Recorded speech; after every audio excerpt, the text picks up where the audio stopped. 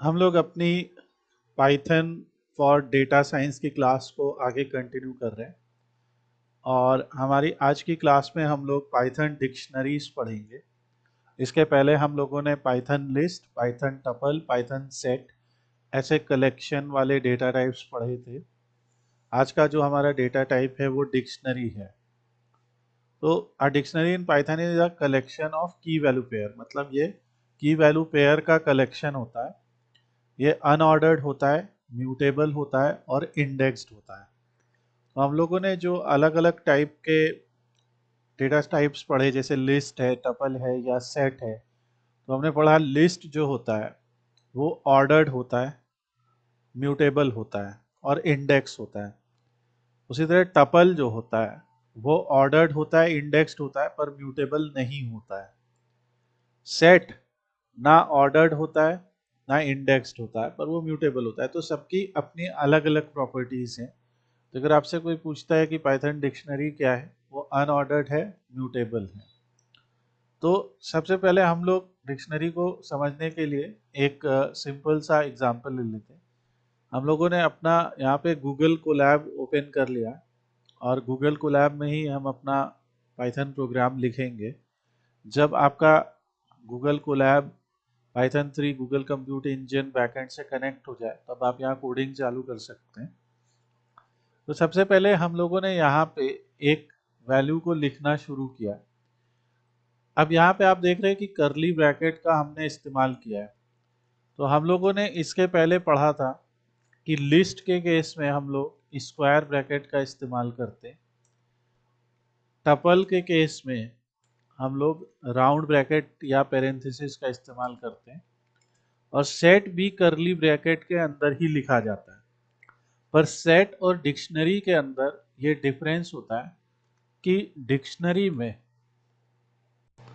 Dictionary में जो होता है वो हमारा करली ब्रैकेट के अंदर की और वैल्यू का पेयर लिखा होता है।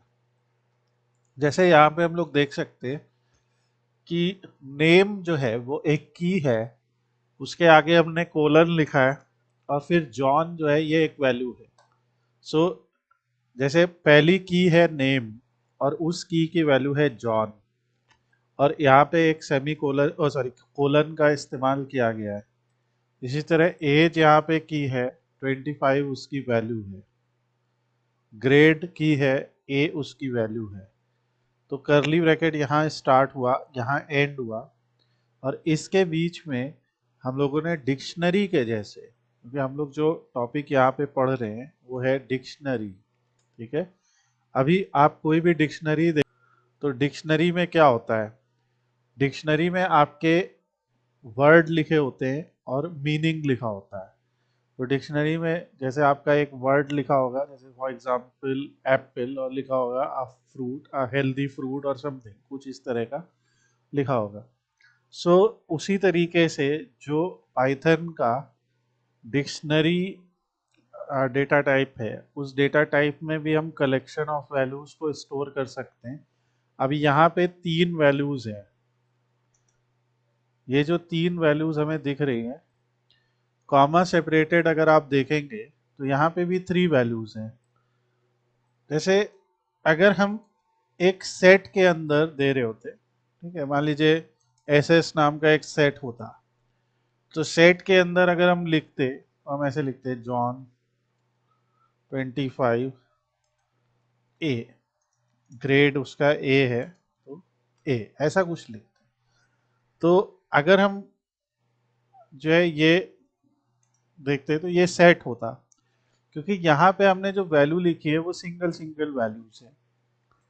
पर स्टूडेंट के अंदर हमने एक्चुअली में क्या किया है कि उस स्टूडेंट की प्रॉपर्टी लिखी है, जैसे प्रॉपर्टी नाम, और उस प्रॉपर्टी की वैल्यू लिखी है और एक कोलन लगाया बीच में, फिर कॉमा लगा के दूसरी प्रॉपर्टी लिखी है और उस दूसरी प्रॉपर्टी की वैल्यू लिखी है और एक कोलन लगाया बीच में, ग्रेड लिखा, प्रॉपर्टी है और कोलन लगाया बीच में। जैसे आपके सामने एक एक्सेल फाइल आती है, तो उस एक्सेल फाइल में आपके सामने डिफरेंट टाइप की प्रॉपर्टीज लिखी होती हैं और रोज में वैल्यूज लिखी होती हैं। जैसे मान लीजिए मैं इसको सिर्फ इतना पार्ट पिक करके एक नए शीट बना के यहाँ पे लिख देता हूँ, तो यहाँ पे आप देखिए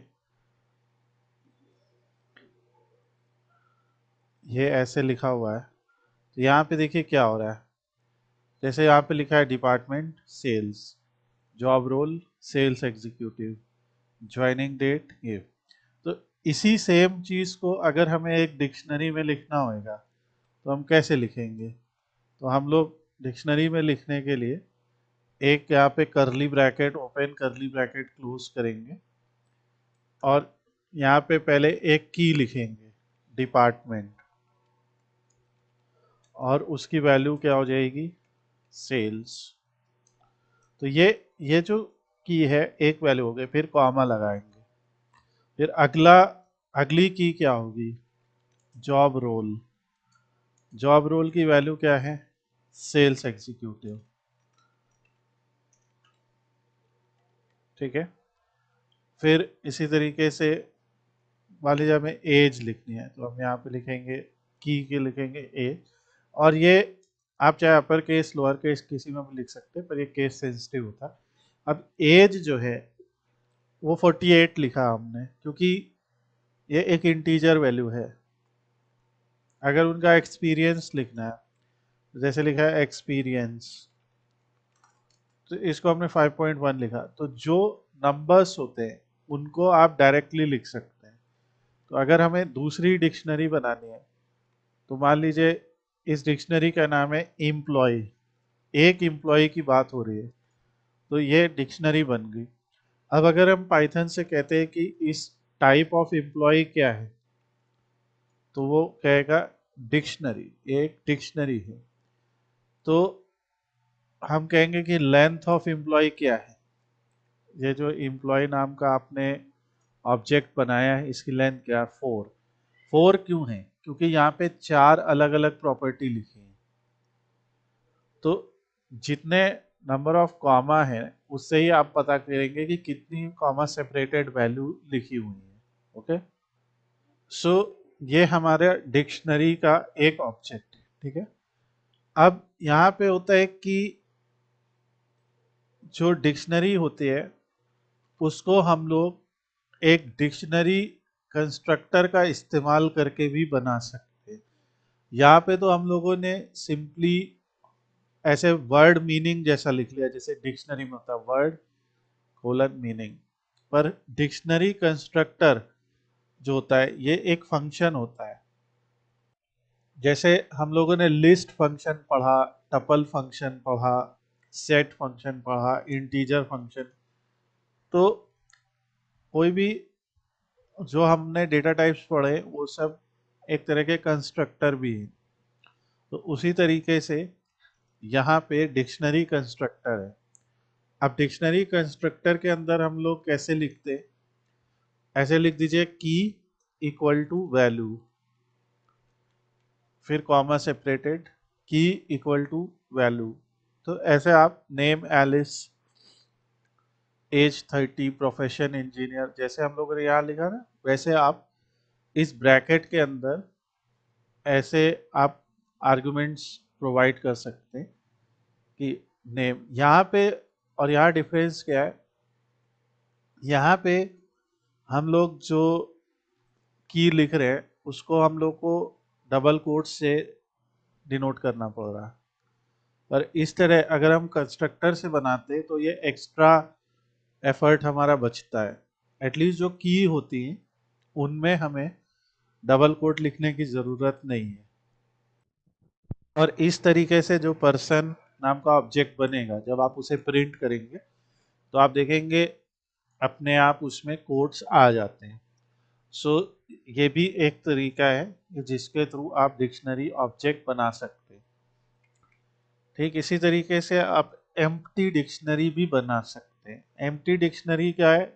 ये जो करली ब्रेसेस है ये एम्प्टी डिक्शनरी है।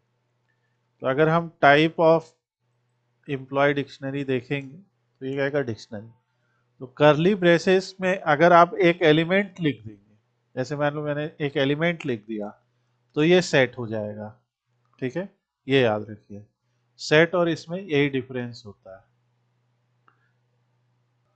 सो ये एक इम्पॉर्टेंट चीज है जिसको आपको याद रखना है। और आगे बढ़ते हैं। तो अभी हम लोग ने सीखा कि डिक्शनरी का को क्रिएट कैसे करना है। अब हम सीखेंगे कि डिक्शनरी के अंदर जो एलिमेंट्स हैं उन्हें एक्सेस कैसे करना है।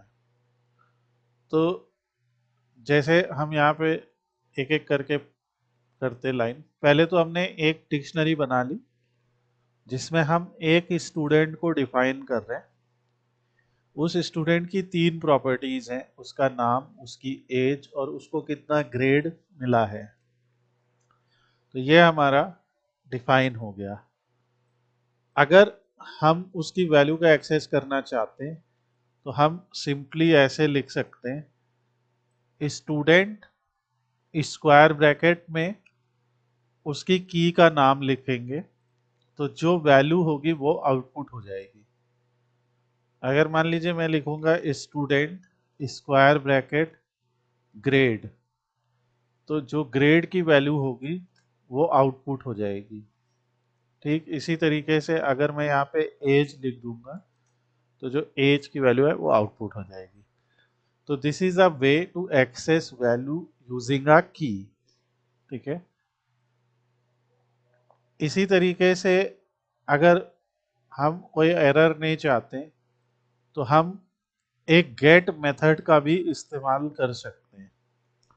देखिए जैसे हमने लिस्ट पढ़ा था, तो लिस्ट में हम लोगों ने एक अलग से चैप्टर पढ़ा था जो हमारी प्लेलिस्ट में है, जिसमें हमने अपेंड, एक्सटेंड और कॉपी, इस टाइप के बहुत सारे इसके इंडेक्स, ये सब मेथड्स पढ़े थे। ठीक है, ये लिस्ट के मेथड्स थे। इसी तरह जो पिछला चैप्टर हमने पढ़ा सेट का, तो सेट में जैसे is subset, is superset, difference, union, intersection, ये सेट के मेथड्स थे। टपल जो होता है, टपल के अंदर हम लोगों ने जो मेथड्स पढ़े थे वो थे इंडेक्स, काउंट। ठीक है, ये काउंट मेथड यहाँ पे भी होता है। यहाँ पे और भी आपने पढ़े थे, जैसे रिवर्स करके, आपने एक इंसर्ट भी पढ़ा था। तो जब कभी भी आप एक कोई डेटा टाइप पढ़ रहे हैं इस टाइप का, तो आपको सिर्फ उसके डेटा टाइप को नहीं पढ़ना, उसके मेथड भी याद रखने हैं, क्योंकि ये मेथड ही एक्चुअली में हमें आगे काम आएंगे, यू नो, अपने ऑपरेशंस करने में काम आएंगे। तो उसी तरीके से जो हमारी डिक्शनरी है, जिसे हम DICT नाम से डिनोट करते, तो डिक्शनरी में एक मेथड है गेट। अब ये गेट मेथड का नाम क्या है? और भी बहुत सारे मेथड्स हैं, जैसे मेथड है कीज, वैल्यूज, ऐसे करके मेथड्स है जो अभी हम पढ़ेंगे। पर ये जो गेट मेथड है वो एक तरीका है डिक्शनरी के किसी की वैल्यू को गेट करने का। तो अगर हम लिखेंगे स्टूडेंट्स डॉट गेट, ठीक है, और यहाँ पे की का नाम लिख देंगे जैसे एज, तो उस की वैल्यू आ जाएगी। ऊपर हम लोगों ने एक पर्सन नाम का मेथड जो है वो डिफाइन किया जिसकी की है प्रोफेशन। तो अगर हम लिखेंगे पर्सन डॉट गेट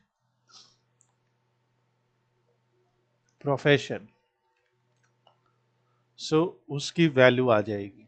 तो ये होता है गेट मेथड।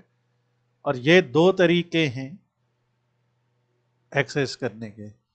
इसमें ये वाले जो तरीका है ये आपको खास करके याद रखना है, क्योंकि आगे चल के हम लोग एक बहुत इंपॉर्टेंट चीज पढ़ेंगे, पाइथन पांडास। पाइथन पांडास बहुत ही यूजफुल लाइब्रेरी है डेटा प्रोसेसिंग की, डेटा मैनिपुलेशन की। उससे आप डेटा क्लीनिंग, डेटा मंजिंग, कई तरीके की चीज़ें कर सकते हैं और आपको डेटा एनालिसिस में, मतलब one of the best Python की लाइब्रेरीज है और काफ़ी इजी टू लर्न है। वहां पे भी जब हम किसी एक्सेल फाइल के किसी एक कॉलम की सारी वैल्यूज को उठाना चाहते तो हम लोग उस कॉलम का नाम यहाँ लिख देते हैं। वो आगे पढ़ेंगे, पर आपको इस तरीके से याद रखना है कि डिक्शनरी से आप इस तरह वैल्यू उठा सकते हैं। नेक्स्ट चीज है कि डिक्शनरी की डेफिनेशन कहती है कि ये अनऑर्डर्ड है। ऑब्वियसली जैसे हमने पर्सन को क्रिएट किया तो हमने एक ऑब्वियसली वहां पे ऑर्डर बताया, पर ये कोई ऑर्डर नहीं है इसका, बस की वैल्यू पेयर्स है। ये म्यूटेबल और इंडेक्स्ड है। इंडेक्स्ड आपने अभी देखा, जैसे एक लिस्ट हम बनाते हैं, जैसे हमने कहा एमएल, उसमें मान लीजिए हम 4 वैल्यू लिखते हैं, ठीक है। ये एक लिस्ट है जिसमें 4 वैल्यू हैं। तो अगर मैं लिखूंगा ML2 तो यहाँ पे क्या आउटपुट होगा? अभी जो स्टूडेंट क्लास में एडेड है आपके हिसाब से यहाँ पे क्या आउटपुट होगा? आपने बोला 67, राइट? सो क्योंकि आपने देखा 0 1 2, राइट? सही जवाब है आपका। सो यहाँ पे जो इंडेक्स है वो इंडेक्स क्या है? एक हिडन है, ठीक है। अगर मैं लिखूंगा ML ऑफ -2 तब क्या आउटपुट होगा?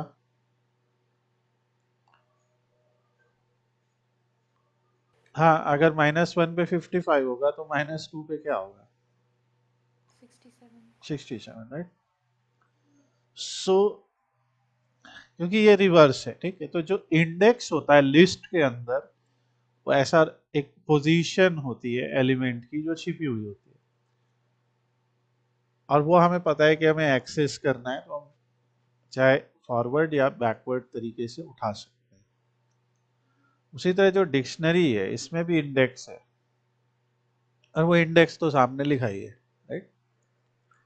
सो वही तो किया हमने। जैसे अगर हमने लिखा है स्टूडेंट एज, तो ये वही तो है। यहाँ पे बस वो इंडेक्स न्यूमेरिक है, यहाँ इंडेक्स नॉन न्यूमेरिक है। तो हम पता करना चाहते हैं कि क्या इंडेक्स जो होता है न्यूमेरिक हम यहाँ भी रख सकते हैं। तो मान लीजिए हमने एक क्लास बनाया, ठीक है। अब देखो क्लास नाम का नहीं बना सकते, क्योंकि क्लास नाम का ऑब्जेक्ट बनाने के लिए वो रिजर्व कीवर्ड है। तो इस टू नाम से बना देते हैं, स्टूडेंट्स का शॉर्ट ले लिया। यहाँ पे एक डिक्शनरी बनाते हैं, हम कहते हैं कि 0 पे है आफरीन, ठीक है, इनका नाम ए से शुरू है। 1 पे है बॉब,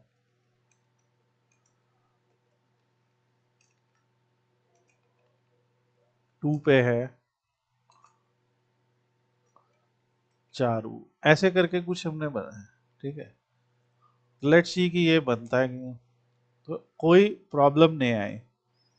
अगर हमने इस टू डिक्शनरी को प्रिंट किया तो देखें 0 पे आफरीन, 1 पे बॉब, 2 पे चारू आ गया। रोल नंबर्स है, और जिसका रोल नंबर 0 है, एक एग्जांपल दे रहा हूं, तो उस पे आफरीन प्रिंट हो गया। तो पाइथन में एक्चुअली यही हो रहा है, राइट? इस तरीके से वहां पे भी 3 वैल्यूज है, सॉरी पाइथन बोला, लिस्ट में भी यही हो रहा है। वहां पे 3 वैल्यू अगर हम लिख देते हैं आफरीन बॉब चारू, और ऐसे ही लिखते हैं 2 0 तो आफरीन आ जाता, राइट? पर यहाँ पे हमारे पास बेनिफिट क्या है कि इस इंडेक्स को हम अपने हिसाब से मॉडिफाई कर सकते हैं। हम लोगों ने ज्यादातर क्लास में कभी रोल नंबर 0 से तो नहीं देखा, तो 1 2 3 कर देते हैं। तो अगर हम अब 0 करेंगे तो बढ़िया सा एरर आएगा, की एरर, कह रहे कि ये तो कुछ एग्जिस्ट ही नहीं करता। तो इस तरीके से आप अपने इंडेक्स भी डिफाइन कर सकते हैं। तो ये डिक्शनरी को इंडेक्स्ड बनाता है। सो म्यूटेबल है और अनऑर्डर्ड है। म्यूटेबल कैसे है कि यू कैन मॉडिफाई, ऐड और रिमूव की वैल्यू पेयर्स। ओके। म्यूटेबल वो चीज होती है जिसको आप जिसमें बदलाव कर सके, ठीक है। तो जैसे अगर मैंने मान लीजिए लिख दिया कि इस टू टू पे, ठीक है, मान लीजिए जो आएगा हमने उसका नाम रख दिया बेला, एग्जाम्पल, तो ऐसे लिख दिया। तो अब अगर हम इस डिक्शनरी को प्रिंट करेंगे सो यहाँ पे आ जाएगा। तो जो भी इस तरीके का नाम आएगा वो ऐसा हम लिख सकते हैं। जो जो भी आपको वैल्यू बदलना है आप ऐसे लिख दीजिए उसका इंडेक्स और उसकी वैल्यू चेंज कर दीजिए। अब जैसे यहाँ पे फोर्थ स्टूडेंट कोई है नहीं, ठीक है, सो जैसे अगर हमने लिखा इस टू फोर इक्वल टू, मान लीजिए हमने दीपक लिख दिया, सो इस टू फोर, अब जब हम देखेंगे तो वो जुड़ जाएगा। तो बेसिकली अगर कोई की एग्जिस्ट करती है, जैसे यहाँ पे ये की एग्जिस्ट करती थी, उस पे एक वैल्यू थी और उसकी वैल्यू हमने कोई असाइन कर दी नई वैल्यू, तो हमारी डिक्शनरी में वो बदल जाएगी। पर क्या फोर यहाँ एग्जिस्ट करती थी? ये देखिए यहाँ वन टू थ्री ही थी की, फोर नहीं थी कोई। तो अगर हमने फोर को कोई असाइन की तो इस तरीके से a new key and value will be added to the dictionary object, ठीक है। सो ये नई वैल्यू यहाँ पे ऐड हो जाएगी। अब अगर मान लीजिए हमने फिर इस टू फोर को ऐसे लिख दिया दीपिका, ठीक है, एक एग्जाम्पल, तो क्या होगा? अब क्योंकि वो एग्जिस्ट कर रही है, सो अगर हम इस टू फोर ऐसे करेंगे सो स्टूडेंट का वो वैल्यू जो है बदल जाएगी। सो ये टोटली आपको ऐसे समझ में आना चाहिए कि की और वैल्यू पेयर जो होगा वो अगर एग्जिस्ट करता है और उस की पे हमने कुछ असाइन कर दिया तो वैल्यू बदल जाती है। एक की जो है वो इम्यूटेबल है, ठीक है, की must be of immutable type. जैसे की आप स्ट्रिंग नंबर या टपल ही रख सकते हैं। ऊपर हमने देखा कि जो की है वो सारी स्ट्रिंग है। नीचे अभी मैंने आपको एग्जांपल दिखाया कि की को मैंने नंबर भी बना दिया, ठीक है। टपल का आगे देखेंगे। और पाइथन 3.7 वर्जन है, उसके ऊपर जो है उन सब में की जो है वो ऑर्डर बन जाता, ऑर्डर्ड है, ठीक है। पाइथन 3.7 के पहले अगर है तो हमें कैसे पता लगेगा? अभी देखिए जो हमने यहाँ पे लिखा है वो पाइथन 3 करके दिखा रहा है। जैसे आपके कंप्यूटर में जो भी पाइथन इंस्टॉल्ड है, देखिए यहाँ दिखा रहा है 3.10, तो ये 3.7 से बड़ा वर्जन है, तो उसमें डिक्शनरी ऑर्डर्ड है। उससे पहले अगर है तो उसमें अनऑर्डर्ड है। तो ये एक तरीका है। नाउ अब बात करते हैं रिमूविंग एलिमेंट की। सो कैसे रिमूव कर सकते हैं, ये तरीका है। मान लीजिए स्टूडेंट हमने लिखा name John, age 25, grade A. तो एक मेथड जैसे हमने ऊपर पढ़ा ना, गेट मेथड, उसी तरह अगला मेथड है पॉप मेथड। ये पॉप मेथड जो है वो लिस्ट में भी है, सो लिस्ट में भी ये एलिमेंट को हटाता है। और ये पॉप मेथड जो है वो आपका सेट में भी होता है, एलिमेंट को रिमूव करने के काम आता है। तो डिक्शनरी में ये क्या कर रहा है कि इस पॉप मेथड के अंदर जो की हम लिख देंगे वो की हट जाएगी और वो आउटपुट में भी आएगी। तो पहले हम इतना करते, तो यहाँ पे हमने एज नाम की बनाई थी और यहाँ पे age is equal to student dot pop age कर देते हैं, तो आउटपुट 25 करेगा, यानी कि उसका आउटपुट दिखाएगा। हम ये भी हटा देते हैं। हम सिर्फ इतना करते हैं कि स्टूडेंट नाम की डिक्शनरी बनाई और उसमें एज को पॉप कर दिया। अगर हम ये भी हटाएं, सिर्फ इतना करें तो वो आउटपुट देगा, ठीक है। और अगर हम स्टूडेंट को रन करते हैं तो वो वाली की हट गई होगी जो पॉप में लिखी है। इसी तरह अगर हमें नेम नाम की हटानी है तो यहाँ से हम लिख देंगे नेम और वो हट जाएगा, ठीक है। तो ये हमारा जो है पॉप मेथड क्या करता है, उसके अंदर हम जो भी की प्रोवाइड कर देंगे उसे रिमूव कर देगा। अब अगर मान लीजिए हमें एक आइटम को हटाना है डिक्शनरी में से, जैसे हमने लिख दिया डेल स्टूडेंट ग्रेड, तो अभी आप देख रहे हैं कि स्टूडेंट में सिर्फ ग्रेड ही बचा है। तो अगर हम डेल करके उसे प्रिंट करेंगे तो एम्प्टी हो जाएगा, क्योंकि पहले हमने पॉप किया एज, एज चला गया, फिर पॉप किया नेम, नेम चला गया, उसकी वैल्यू दिखा दी उसने, और फिर डेल स्टूडेंट ग्रेड किया, वो चला गया। सो इस तरीके से एक बचेगा एम्प्टी डिक्शनरी। तो ये चीज याद रखनी है। एंड हम पूरी की पूरी डिक्शनरी को ही क्लियर कर सकते हैं। क्लियर मतलब एम्प्टी कर सकते हैं। तो पहले हमने डिक्शनरी बनाई, उसे प्रिंट करते हैं, और प्रिंट करने के बाद अगर हमने लिख दिया स्टूडेंट डॉट क्लियर, तो अभी आप देखेंगे कि वो डिक्शनरी गायब, ठीक है। क्लियर उसे एम्प्टी बना देगा। ये डिक्शनरी के मेथड्स हैं। जैसे कीज, अभी हमने बात की, जैसे इसको फिर से बना लेते हैं। तो हमने बात की कि इस एक डिक्शनरी में की वैल्यू पेयर होते हैं। तो अगर हमें सारी की जाननी हो तो ऐसे लिख देंगे स्टूडेंट डॉट कीज, और ये एक मेथड है।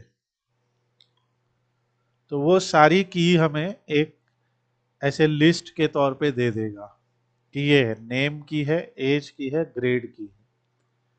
इसी तरीके से अगर हम वैल्यूज लिख देते हैं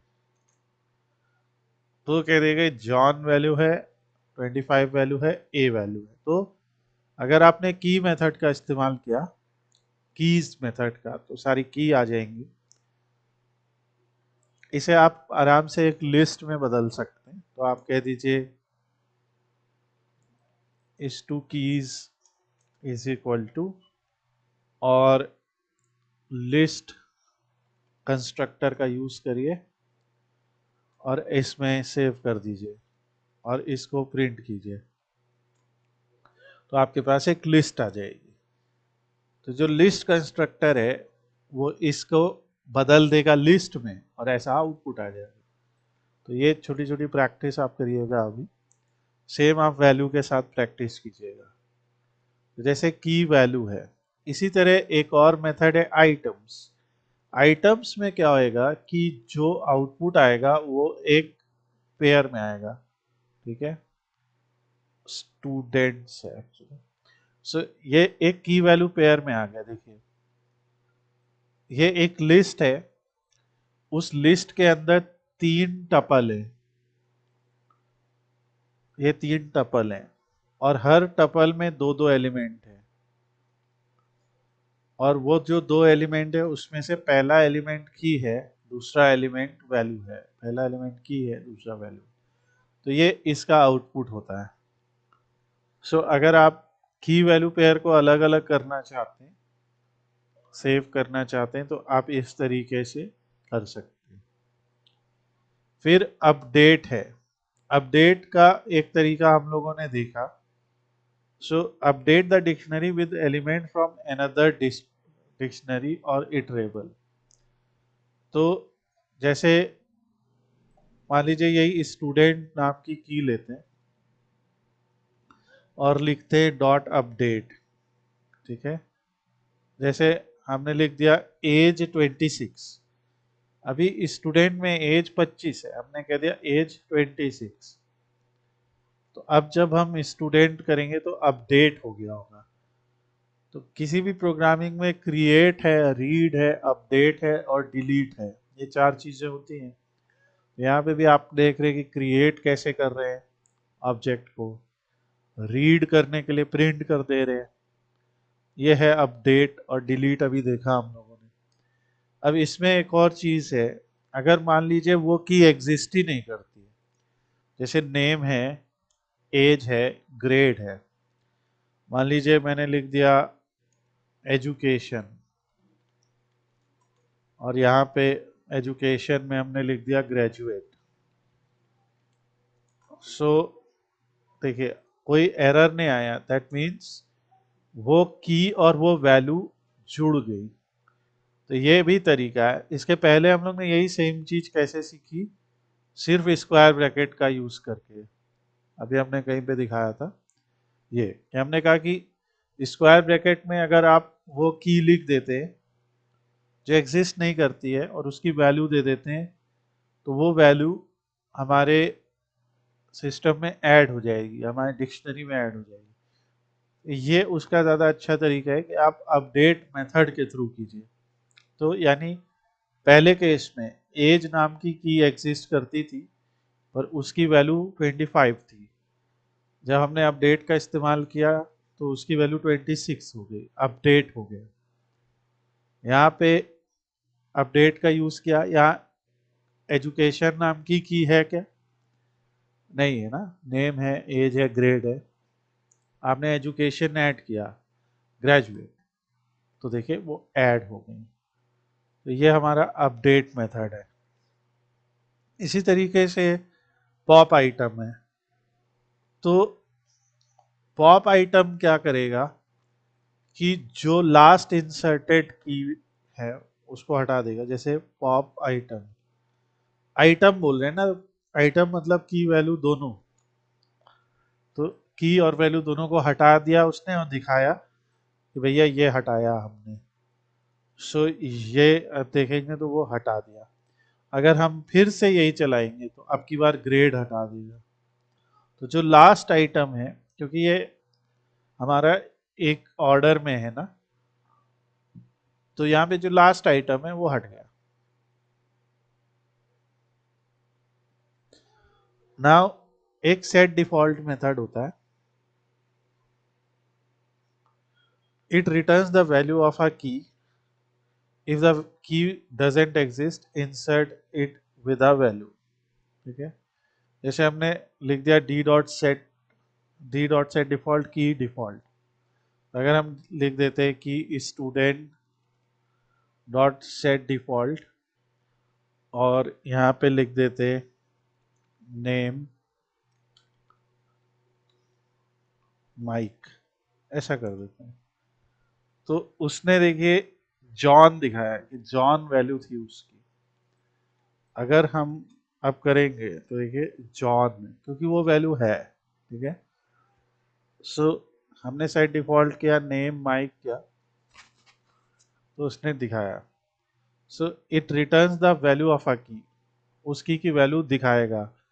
पर अगर की एग्जिस्ट नहीं करती होगी, जैसे नेम तो एग्जिस्ट करता था तो जॉन दिखा दिया, पर मान लीजिए मैंने दिखाया क्लास और यहाँ पे लिख दिया 6, तो इसने 6 दिखाया पर क्लास 6 ऐड भी कर दिया। क्यों ऐड कर दिया, क्योंकि ये तो एग्जिस्ट नहीं करता था।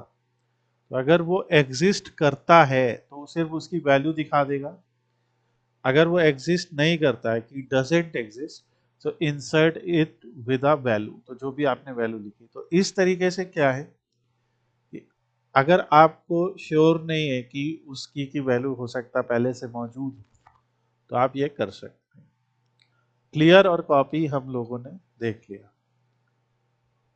सो ये हमारा डिक्शनरी का पहला चैप्टर है। First I will ask you to go through this, इसको पढ़िए कायदे से। और ये जो कोड है ये भी अभी मैं सारा आपको शेयर कर दूंगा, और इसको आप लोग रिवाइज कीजिए। और ये सारा कोड हमारा इस यूआरएल पे भी अवेलेबल है, जहाँ पे आपको चैप्टर वाइज सारे कोड्स, सारे डिस्क्रिप्शंस मिल जाएंगे जो आपको प्रिपरेशन में काम आएंगे। चाहे आप अभी स्कूल में हैं या कॉलेज में आप पाइथन पढ़ रहे हैं, तो ये सब आपके काम आने वाला है। आपके वाइवा में या आगे इंटरव्यूज में इस टाइप के छोटे छोटे क्वेश्चंस पूछे जा सकते हैं।